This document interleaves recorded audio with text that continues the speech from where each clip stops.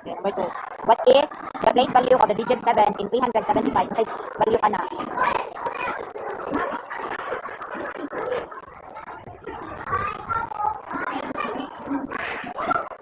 Time's up.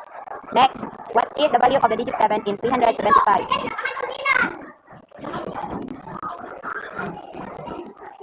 What is the value? Next. Next page. Okay. Write the missing digit to make the number sentence true. So, blank 54 is greater than 857. Kung sa daw ibutang ni mo diri ang number para daw mahimo siya nga tama nga greater than na siya nga number kaysa sa 857. Kung sa ibutang ni mga number, pili.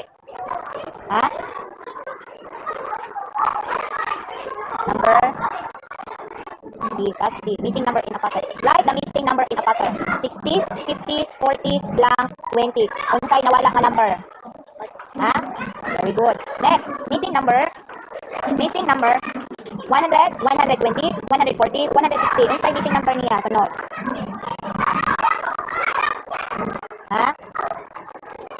Okay, missing unit fraction. The unit fractions are arranged from least to greatest. Write the missing unit fraction. Okay, unit daw i-arrange daw from gamay to dako. So, asa daw ang nawala diri nga number? Ha? Next. Addition. Okay. Tanawa o, nakatay number represented by a model. Kung kining flat, 100. Kung kining long, 10. Kung kining isa ka unit kay 1, pila daw na silang tanan? 100, 10 o 1. Pila daw na?